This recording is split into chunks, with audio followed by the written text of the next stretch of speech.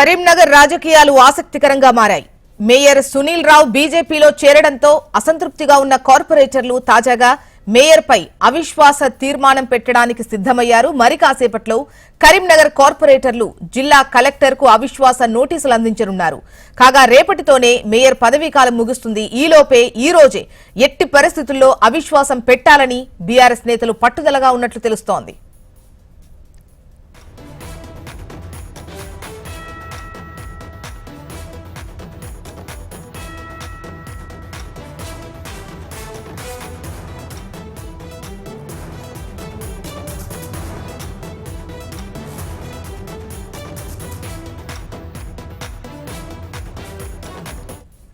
కరీంనగర్ రాజకీయాలు ఆసక్తికరంగా కనిపిస్తున్నాయి. మేయర్ సునీల్ రావు బీజేపీలో చేరడంతో అసంతృప్తిగా ఉన్న కార్పొరేటర్స్ తాజాగా మేయర్పై అవిశ్వాస తీర్మానం పెట్టడానికి సిద్ధమయ్యారు. మరి కాసేపట్లో కరీంనగర్ కార్పొరేటర్లు జిల్లా కలెక్టర్కు అవిశ్వాస నోటీసులు ఇవ్వనున్నట్లు తెలుస్తోంది. కాగా రేపటితోనే మేయర్ పదవీకాలం ముగుస్తుంది. అయితే ఈలోపే ఈ రోజే ఎట్టి పరిస్థితుల్లో అవిశ్వాసం పెట్టాలని బీఆర్ఎస్ నేతలు పట్టుదలగా ఉన్నారు. ఇక డీటెయిల్స్ మనకు రీజనల్ కోఆర్డినేటర్ గోపాలకృష్ణ అందిస్తారు. గోపాలకృష్ణ, చెప్పండి, సునీల్ రావుది రేపటితో పదవీకాలం ముగుస్తుంది. ఎట్టి పరిస్థితుల్లో కూడా ఇవాళ అవిశ్వాస తీర్మానం పెట్టి తీరాలి అని చెప్పేసి కార్పొరేటర్లు భావిస్తున్నట్లుగా తెలుస్తోంది. కలెక్టర్స్ కు నోటీసులు కూడా అందించినట్లుగా తెలుస్తోంది. డీటెయిల్స్ ఎలా ఉన్నాయి? మరికొద్దిసేపట్లో మేయర్ సునీల్ రావుపై అవిశ్వాస నోటీస్ ని జిల్లా కలెక్టర్ కి అందజేయబోతున్నారు. రేపు చివరి తేదీగా చెప్పుకోవచ్చు. మేయర్ గా ఆయన 5 సంవత్సరాల పదవీ కాలం రేపటితో ముగియబోతోంది. కానీ ఇటీవలే ఆయన 2 రోజుల క్రితం బీఆర్ఎస్ నుంచి బీజేపీలోకి చేరడంతో ఆయనతో పాటుగా పెద్ద ఎత్తున కార్పొరేటర్లు వస్తారనేటువంటి ఒక పెద్ద ప్రచారం జరిగింది. దీంతో ఆ ప్రచారాన్ని ఖండించేందుకే ఈ అవిశ్వాసాన్ని పెడుతున్నట్టుగా బీఆర్ఎస్ వర్గాలు చెప్తున్నాయి. అనంటే సునీల్ రావు ఒక్కటి మాత్రమే, సునీల్ రావుతో జాయిన్ అయినటువంటి కార్పొరేటర్లు జాయిన్ అయ్యారు. అంటే మొత్తం ముగ్గురు బీఆర్ఎస్ నుంచి బీజేపీలోకి వెళ్లారు. కానీ 20 మంది దాకా కార్పొరేటర్లు సునీల్ రావుతో బీజేపీకి వెళ్తారనేటువంటి ప్రచారాన్ని విస్తృతంగా చేశారు.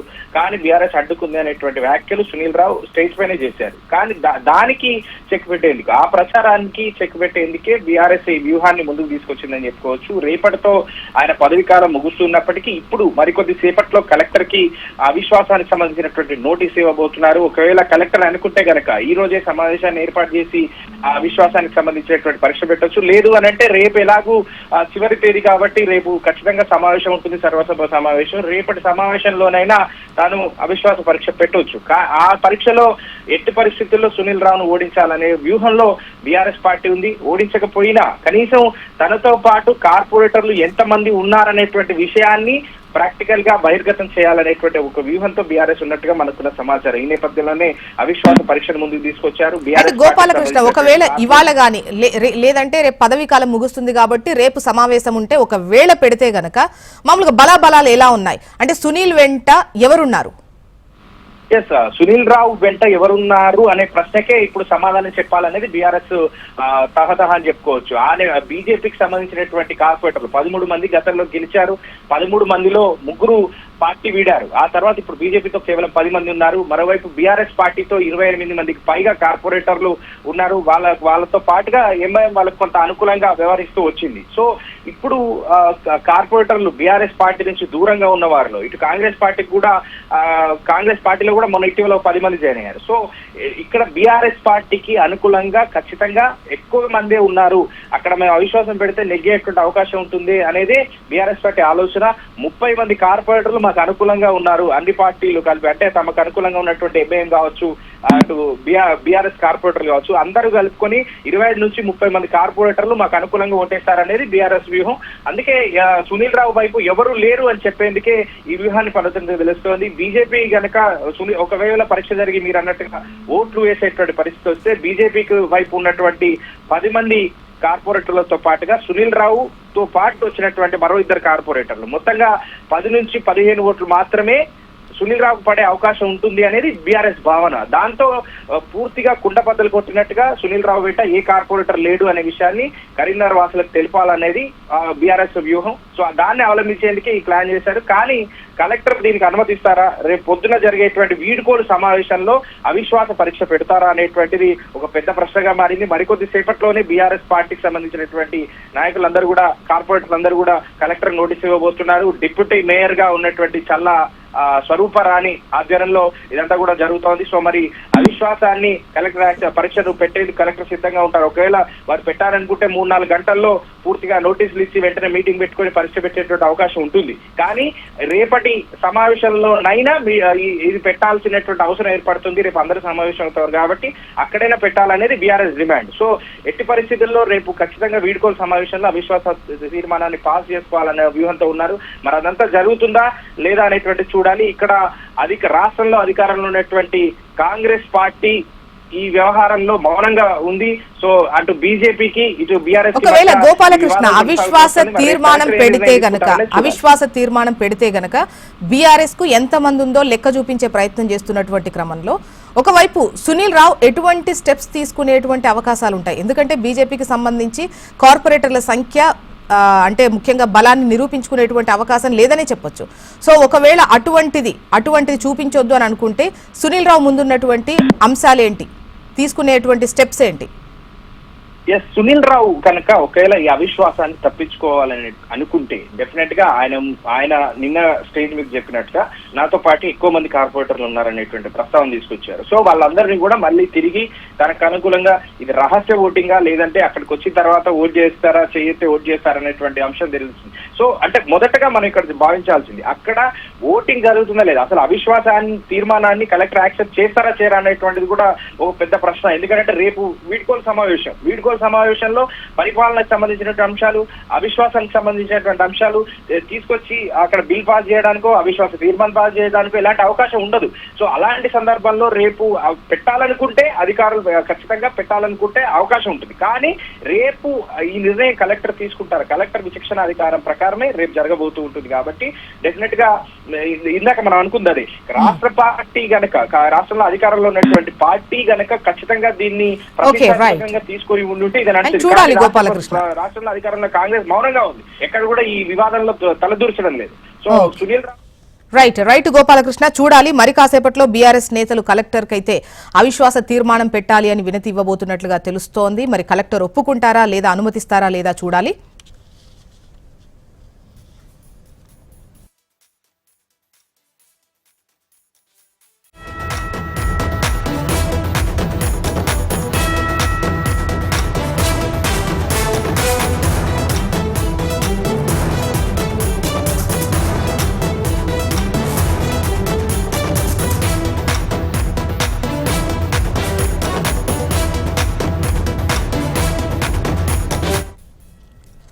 ఉత్తరాఖండ్ లో ఇవాల్టి నుంచి ఉమ్మడి పౌరస్మృతి అమల్లోకి రానుంది. దేశంలో ఉమ్మడి పౌరస్మృతి అమలు చేసిన తొలి రాష్ట్రంగా ఉత్తరాఖండ్ రికార్డు సృష్టించబోతోంది. ఇందుకోసం అన్ని ఏర్పాట్లు పూర్తి చేశారు. యూసీసీ ముసాయిదా రూపకల్పనకు ఆ రాష్ట్ర సర్కార్ పెద్ద కసరత్తు చేసింది. ఇందుకోసం సుప్రీంకోర్టు రిటైర్డ్ న్యాయమూర్తి రంజనా ప్రకాష్ దేశాయ్ సారథ్యంలో నిపుణుల కమిటీ నియమించింది. దాదాపు 1.5 ఏళ్ల పాటు కసరత్తు చేసిన కమిటీ యూసీసీ ముసాయిదా బిల్లును తయారు చేసింది. ఇక నెల రోజుల తర్వాత ఈ బిల్లుకు రాష్ట్రపతి ద్రౌపది ముర్ము ఆమోదం తెలిపింది. తాజాగా మార్గదర్శకాలకు సంబంధించిన నివేదిక అందడంతో రాష్ట్ర కేబినెట్ యూసీసీ అమలుకు నిర్ణయం తీసుకుంది. యూసీసీపై ఉత్తరాఖండ్ మోడల్ బీజేపీ పాలిత ఉత్తరాఖండ్లో యూసీసీ అమల్లోకి వస్తుండటంతో మిగతా బీజేపీ పాలిత రాష్ట్రాలు అదే బాటలో నడిచే అవకాశం ఉంది.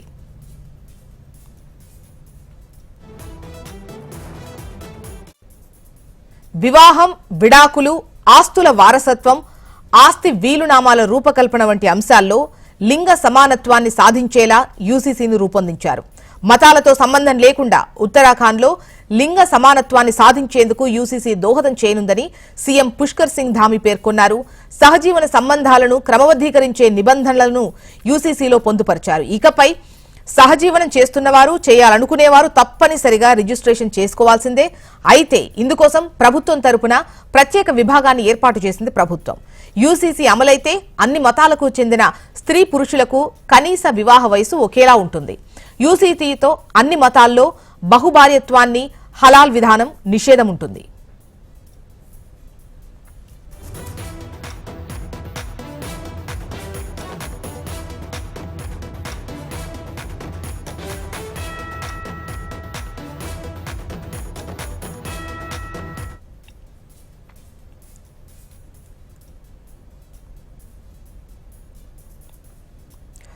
ఉత్తరాఖండ్ లో ఇవాల్టి నుంచి ఉమ్మడి పౌర స్మృతి అమలులోకి రానుంది.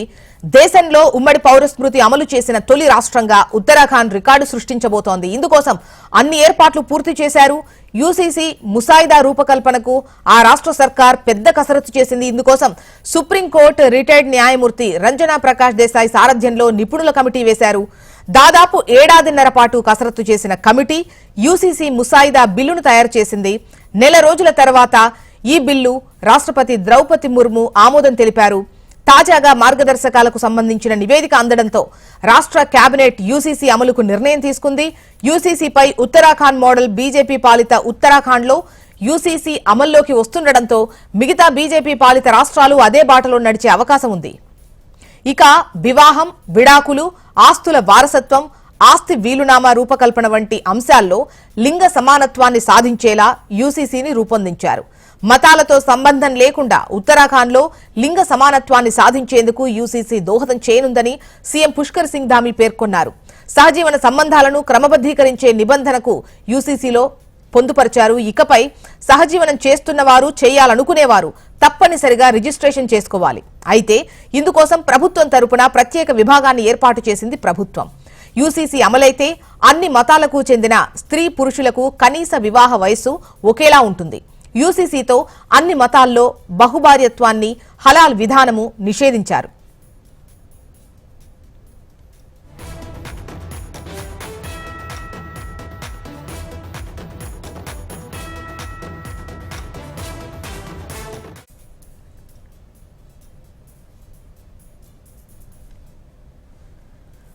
మొత్తానికి ఉత్తరాఖండ్ లో యూసీసీకి సంబంధించి ఇవాల్టి నుంచి అమల్లోకి రానుంది. ఉమ్మడి పౌర స్మృతి ఇవాల్టి నుంచి అమలులోకి రానుంది.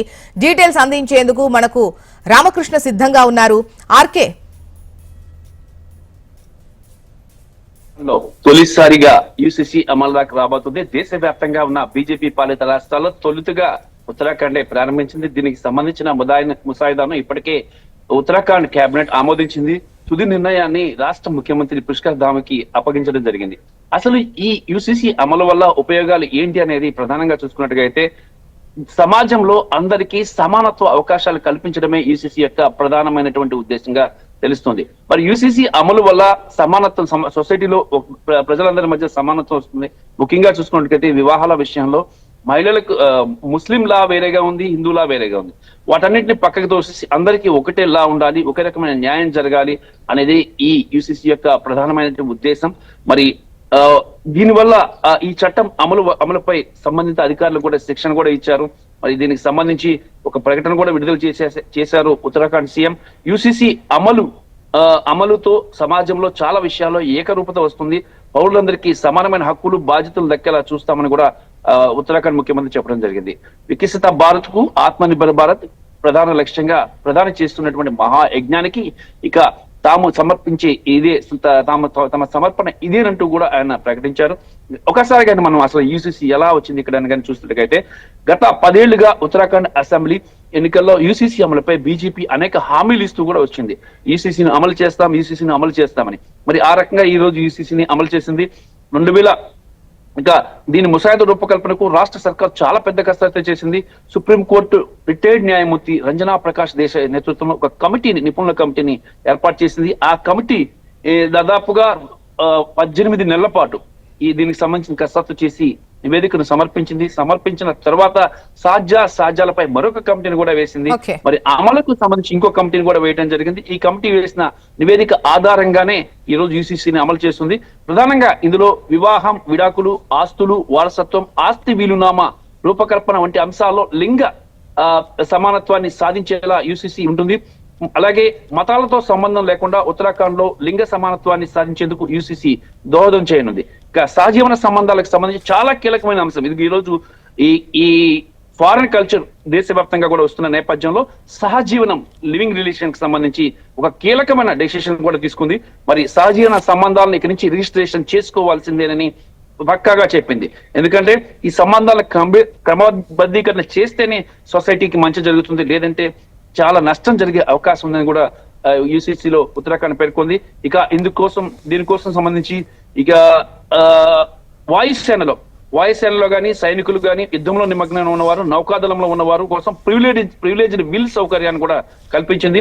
వారు అత్యవసర పరిస్థితుల్లో ఈ సౌలభ్యాన్ని వినియోగించుకొని వీళ్ళనామాను వేగంగా సులభంగా తయారు చేసుకోవడానికి అవకాశాన్ని కల్పించింది. ఇక అన్ని మతాలకు చెందిన స్త్రీ పురుష కనీస వివాహ వయసును ఒకేలా చూసింది.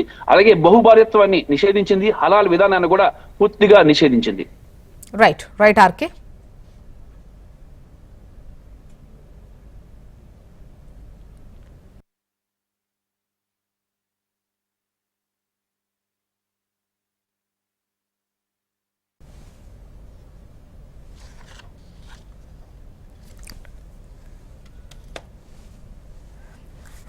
ఉత్తరాఖండ్ లో ఇవాల్టి నుంచి ఉమ్మడి పౌర స్మృతి అమలులోకి వస్తుంది.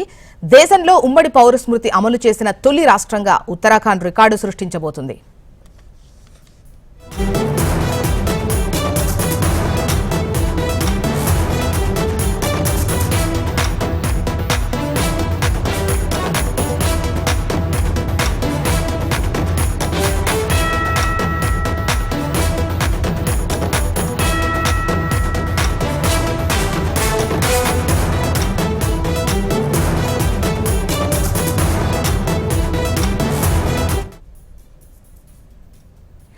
ట్యాంక్ బండ్ లో అగ్ని ప్రమాదం ఘటనలో ఓ వ్యక్తి తప్పిపోయినట్టు అనుమానాలు వ్యక్తమవుతున్నాయి. అజయ్ అనే వ్యక్తి మిస్ అయినట్టు సైఫాబాద్ పోలీసులకు అతని తల్లిదండ్రులు ఫిర్యాదు చేశారు. ఘటనా సమయంలో అజయ్ అక్కడే ఉన్నాడని, అతనికి ఈత రాదని తల్లిదండ్రులు పోలీసులకు తెలిపారు.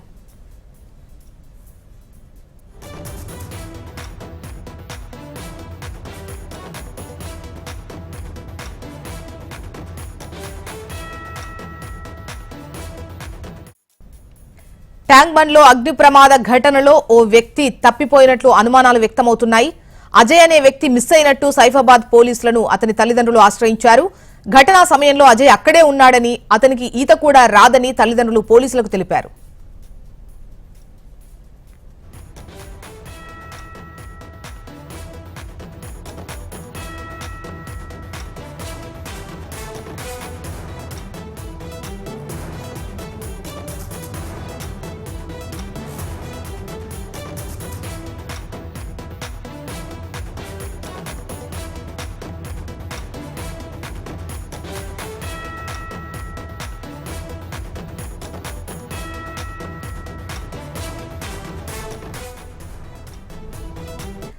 ట్యాంక్ బండ్ లో జరిగినటువంటి అగ్ని ప్రమాద ఘటనలో ఓ వ్యక్తి మిస్ అయినట్టుగా తెలుస్తోంది. అతని తల్లిదండ్రులు పోలీసులకు ఫిర్యాదు చేసినట్టుగా తెలుస్తోంది. ఈ అగ్ని ప్రమాదం టైంలో అజయ్ అక్కడే ఉన్నాడు, అతనికి ఈత కూడా రాదు అని చెప్పేసి తెలిపినట్టు సమాచారం. మనకు full details Hyderabad bureau chief Ramana అందిస్తారు. రమణ, అంటే నిన్నటి ఇన్సిడెంట్ జరిగినప్పుడు యువకులతో పాటు బోట్ లో ఉన్నటువంటి అజయ్ అనే యువకుడు కనిపించకపోవడం ఇప్పుడు కలకలం రేపుతుందని చెప్పాలి. ఎందుకంటే ఎవరైతే ఇన్సిడెంట్ జరిగినప్పుడు ఉన్న యువకులంతా ఆచూకీ దొరికింది, కానీ అజయ్ ఆచూకీ ఇంతవరకు దొరకకపోవడం, అతని ఫోన్ స్విచ్ ఆఫ్ రావడంతో వాళ్ళ అనుమానం సాధిస్తుంది. తర్వాత అతనికి ఈత కూడా రాకపోవడంతో ఆయన హుస్సేన్ సాగర్ లో మునిగిపోయి ఉంటున్నటువంటి అనుమానాలు అయితే బలపడుతున్నాయి. అంటే మొత్తం ఈ దిశగానే ప్రస్తుతం విచారణ కొనసాగుతుంది. ఆల్రెడీ రెస్క్యూ ఆపరేషన్ కూడా, అంటే ప్రస్తుతం హుస్సేన్ సాగర్ లో బోట్ల ద్వారా గజ ఈతగాళ్లు అతనికి సంబంధించిన ఆచూకీ తెలుసుకునే ప్రయత్నం చేస్తున్నారు. ఇక ఇన్సిడెంట్ సంబంధించి ఎప్పుడైతే ఇన్సిడెంట్ జరిగిన వెంటనే అందరూ కూడా ప్రమాదం నుంచి కాపాడుకోవడం కోసం ఒక్కసారి అందరూ వాటర్ లో దూకారు. ఆ సమయంలో అజయ్ కూడా దూకుంటున్నటువంటి అనుమానాలు అయితే వారు మిగతా స్నేహితులు కూడా వ్యక్తం చేస్తున్న క్రమంలో, ఎందుకంటే గాయపడ్డ వారిలో కూడా అతను లేడు. హాస్పిటల్లో ఆల్రెడీ ముగ్గురు చికిత్స పొందుతున్నారు. ఆ ముగ్గురికి సంబంధించిన దానిలో కూడా అజయ్ లేదు. కాబట్టి ఖచ్చితంగా అతను హుస్సేన్ సాగర్ లోనే మునిగిపోయి ఉంటున్నటువంటి అనుమానాలు అయితే బలపడుతున్నాయి. ప్రస్తుతం చర్చ కొనసాగుతున్నాయి హుస్సేన్ సాగర్ లో. మరి కాసేపట్లో దానికి సంబంధించిన పూర్తి వివరాలు రావాల్సి ఉంది. అయితే ఆల్రెడీ పోలీసులు అయితే మిస్సింగ్ కేసు, పేరెంట్స్ ఇచ్చినటువంటి ఆ కేసు నమోదు చేసుకున్నారు. అజయ్ నాగార్లో ఉంటున్నాడు. అతని కుటుంబం తర్వాత అతను బీటెక్ ఫస్ట్ ఇయర్ చదువుతున్నట్టుగా ప్రస్తుతం తల్లిదండ్రులు చెప్తున్నారు. అతని మిస్సింగ్ తో ప్రస్తుతం అయితే తల్లిదండ్రులు తీవ్రమైన ఆందోళన వ్యక్తం చేస్తున్న పరిస్థితి కనిపిస్తుంది. చూసిన రైట్ రమణ.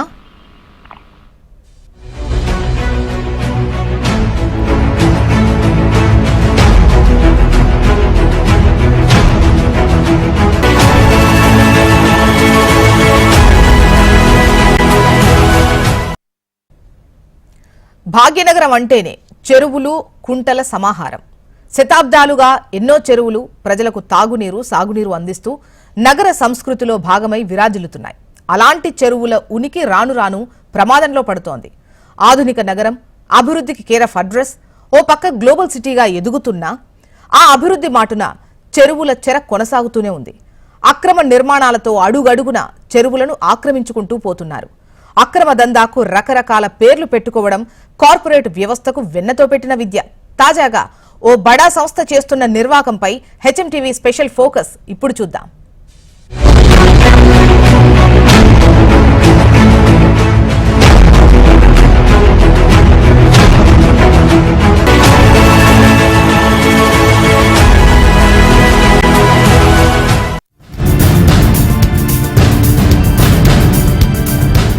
నగరంలో ఒక్కో చెరువుది ఒక్కో కథ, ఒక్కో వ్యధ. నగరంలోని శేరిలింగంపల్లి నల్లగండ్ల చెరువుది మాత్రం విచిత్ర పరిస్థితి. ఇక్కడ ఓ బడా రియల్ ఎస్టేట్ సంస్థకి ఎక్కడలేని సామాజిక స్పృహ గుర్తుకొచ్చింది. కార్పొరేట్ సోషల్ రెస్పాన్సిబిలిటీ పేరుతో చెరువు సుందరీకరణ పనులు చేపట్టింది. అయితే ఎంతో ముందు చూపుతో చెరువు పరిసర ప్రాంతాలను కొన్నాళ్ల క్రితమే సదరు సంస్థ వారి మనుషుల చేత భూములు కొనుగోలు చేయించి అక్కడ నిర్మాణాలను చేపట్టింది. మెల్లమెల్లగా బఫర్ జోన్లను ఆక్రమించేసి నిర్మాణాలు చేపట్టింది. ఇక కార్పొరేట్ సామాజిక బాధ్యత పేరుతో ఇప్పుడు చెరువు సుందరీకరణ చేస్తున్నామంటూ గొప్పలు చెప్తోంది. ఇక ఇదే విషయమై అధికారులను ప్రశ్నిస్తే వాళ్ళు సామాజిక బాధ్యతగా చెరువు బాగు చేస్తున్నారని, అందులో తప్పేముందని ప్రశ్నిస్తున్నారు.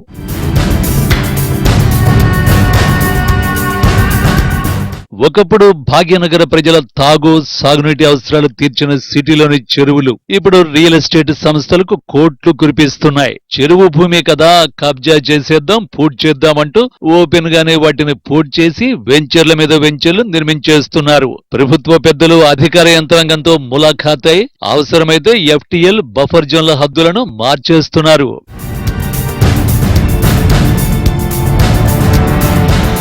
హైదరాబాద్ నానాటికి విస్తరిస్తూ పోతుండడం, అనేక ప్రాంతాల వారికి ఒక ఉపాధి కేంద్రంగా విరాజిల్లుతూ ఉండడంతో ఇక్కడ భూముల విలువ చుక్కల్లో చేరింది. దీంతో భూమి కేంద్రంగా జరిగే కాసుల వేటకు ఈజీగా దోచుకునే రాజమార్గంగా చెరువు కనపడింది. ఎంత ఆక్రమించినా అడిగే నాథుడే లేడని గద్దల్లా చెరువు భూముల్ని దోచుకుంటూనే ఉన్నారు. అయినా ఇవేవి మన పాలకులకు, అధికార యంత్రాంగానికి మాత్రం కనిపించవు.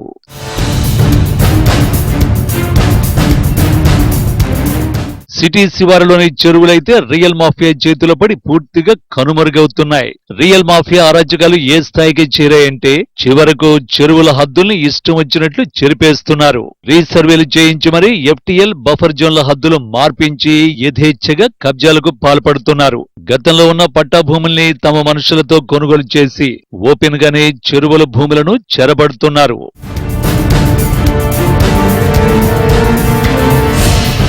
సరిగ్గా అలాంటిదే ఒక చెరువు కబ్జాదారుల చేతిలో చిక్కి విలవిలలాడుతోంది. సిటీలోని అతి పెద్ద చెరువుల్లో శేరిలింగంపల్లిలోని నల్లగండ్ల చెరువు ఒకటి. నల్లగండ్ల చెరువు విస్తీర్ణం 89 ఎకరాలు కాగా చుట్టూ 30 మీటర్ల వరకు బఫర్ జోన్ గా నిర్ణయించారు. గతంలో ఈ చెరువు విస్తీర్ణం ఇంకా ఎక్కువగానే ఉండేది. అయితే రీసర్వేల పేరుతో హద్దులు తరచూ మారుస్తూ వచ్చారు.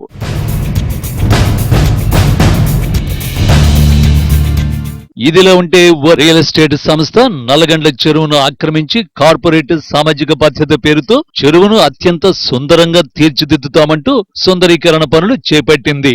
సుందరీకరణ పేరుతో సదరు సంస్థ 50 కోట్ల రూపాయలు విలువైన భూమిని అక్రమంగా సొంతం చేసుకుందని స్థానికులు ఆరోపిస్తున్నారు. శేరిలింగంపల్లి, నల్లగండ్ల ప్రాంతాల్లో గేటెడ్ కమ్యూనిటీలు విస్తరిస్తూ ఉండడం, తన నిర్మాణాలు ఆ ప్రాంతాల్లో ఎక్కువగా ఉండడంతో సదరు సంస్థ ప్రతిష్టను పెంచుకునేందుకు చెరువు సుందరీకరణ పనులు చేపట్టింది.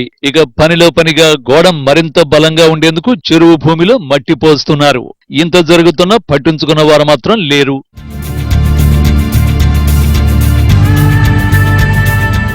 నల్లగండ్ల చెరువు విస్తీర్ణం 89 ఎకరాలు, చుట్టూ 30 మీటర్ల వరకు బఫర్ జోన్ గా నిర్ణయించారు.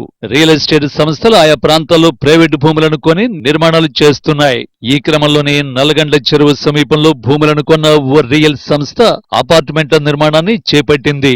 చెరువుకు సమీపంలో తమ భూముల సరిహద్దు రావడంతో బఫర్ జోన్ లో ప్రహరీ నిర్మించారు. ప్రహరీ లోపల మొక్కలు నాటారు.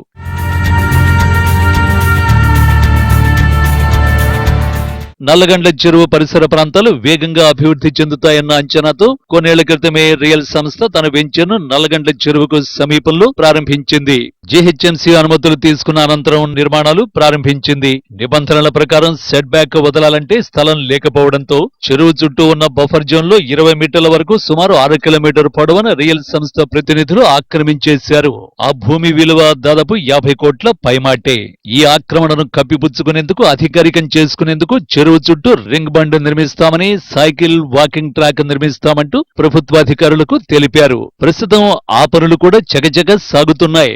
నల్లగండ్ల చెరువును రియల్ ఎస్టేట్ సంస్థ చెరబడుతున్నా అధికారులు ఏం చేస్తున్నారంటూ స్థానికులు తీవ్ర ఆగ్రహాన్ని వ్యక్తం చేస్తున్నారు. హైదరాబాద్ మహానగరంలో అత్యంత ప్రతిష్టాత్మకమైన ప్రాంతం షేర్లింగంపల్లి మండలం వెస్ట్ జోన్ హైదరాబాద్ లో. ఈ వెస్ట్ జోన్ లో అపర్ణవాడు చందానగర్ సర్వే నంబర్, చందానగర్ లో గంగారం పెద్ద చెరువు కానివ్వండి, లేకుంటే నల్లగండ్ల పెద్ద చెరువు కానివ్వండి, ఈ రోజు అపర్ణవాడు దర్జాగా ఎకరాల కొద్ది రోజు కబ్జా పెట్టేసి శిఖం భూమి అని చెప్పేసి ఎఫ్టీఎల్లోకి వస్తుంది, బఫర్ జోన్లోకి వస్తుంది అని చెప్పేసి కాబట్టి అసలు చెరువునే మొత్తం దాదాపుగా కబ్జా పెట్టి భారీ నిర్మాణాలు మొత్తం చేపట్టిన పరిస్థితి ఉంది.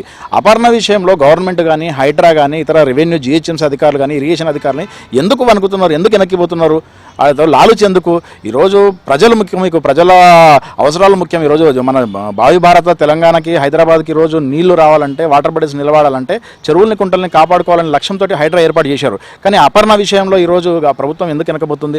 ఇప్పుడు మేము క్షేత్రస్థాయిలో అపర్ణ విషయంలో నల్లగండ్ల చెరువులోకి పర్యటించాము, అట్లాగే చందనగర్ చెరువు దగ్గర మేము పరిశీలన చేశాము. క్లియర్ కట్గా హైడ్రా అధికారులు గుర్తించారు, దిస్ ఈజ్ ఎంక్రోచ్మెంట్ అని చెప్పేసి.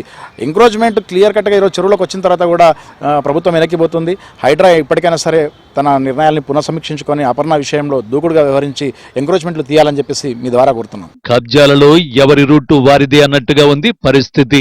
ఎంతో అందంగా విశాలమైన ప్రాంతంలో విస్తరించి ఉన్న నల్లగండ్ల చెరువు సుందరీకరణ పేరుతో పూర్తిగా కబ్జా చేసే కుట్రలు సాగుతోన్నట్లు స్థానికులు ఆరోపిస్తున్నారు. రేపు సుందరీకరణ పూర్తయిన తర్వాత చెరువులోనికి వెళ్లకుండా గేట్లు పెట్టి తమ వెంచర్లు, గేటెడ్ కమ్యూనిటీ జనాలని అనుమతించేలా ప్లాన్ చేస్తున్నట్టు ఆరోపణలు వినిపిస్తున్నాయి. ఇప్పటికైనా ప్రభుత్వం కళ్లు తెరిచి నల్లగండ్ల చెరువును కాపాడకపోతే చెరువు ఆనవాళ్లు కనిపించకుండా పోయే ప్రమాదం ఉందని స్థానికులు ఆందోళన వ్యక్తం చేస్తున్నారు. పరిస్థితి ఇలాగే కొనసాగితే చాలా త్వరలోనే బెంగళూరు నగరంలో నీళ్లకు కటకట ఏర్పడినట్లే నగరంలో కూడా తాగునీరు లేని పరిస్థితి వస్తుందని స్థానికులు హెచ్చరిస్తున్నారు. షేర్లింగంపల్లి నియోజకవర్గంలో ఉన్నటువంటి పెద్ద పెద్ద చెరువులని ఈరోజు పెద్ద పెద్ద రియాల్డర్లు, పెద్ద పెద్ద సంస్థలు మింగేసిన పరిస్థితి కనబడుతూ ఉంది. ప్రధానంగా నల్లగండ్ల చెరువు చుట్టుపక్కల అపర్ణ లాంటి పెద్ద పెద్ద కన్స్ట్రక్షన్స్ లాంటి నిర్మాణాలు భారీ ఎత్తున జరగడం జరిగింది. ఒక మధ్యతరగతి ఏదో లోన్ తీసుకొని, ఏదో కార్మిక వర్గం నుంచి వచ్చి ఏదో డబ్బులు పెట్టి లోన్లు తీసుకొని ఒక ఇల్లు కొనుక్కునే కోరిక ఉన్నప్పుడు అలాంటి వాళ్ళనేమో ఇల్లు కూల్చడం జరిగింది. ఇటు పెద్ద హై రేంజ్ లాంటి రియాల్డర్లను ఉన్నటువంటి ఒక్కటి కూడా కూలగొట్టడం లేదు.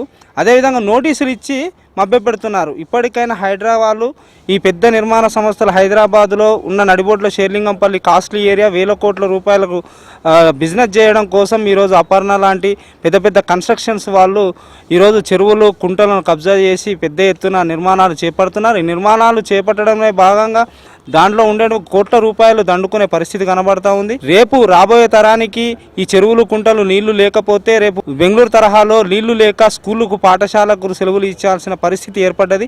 అలాంటి పరిస్థితి తెలంగాణలోకి రాకూడదని చెప్పేసి ప్రభుత్వాన్ని మేము హెచ్చరిస్తున్నాం. ఇప్పటికైనా పాలకులు, అధికారులు స్పందించి చర్యలు తీసుకోకపోతే శ్రీలింగంపల్లితో పాటు నగరంలోని చాలా ప్రాంతాలకు తాగునీటికి ఇబ్బందులు తప్పవు.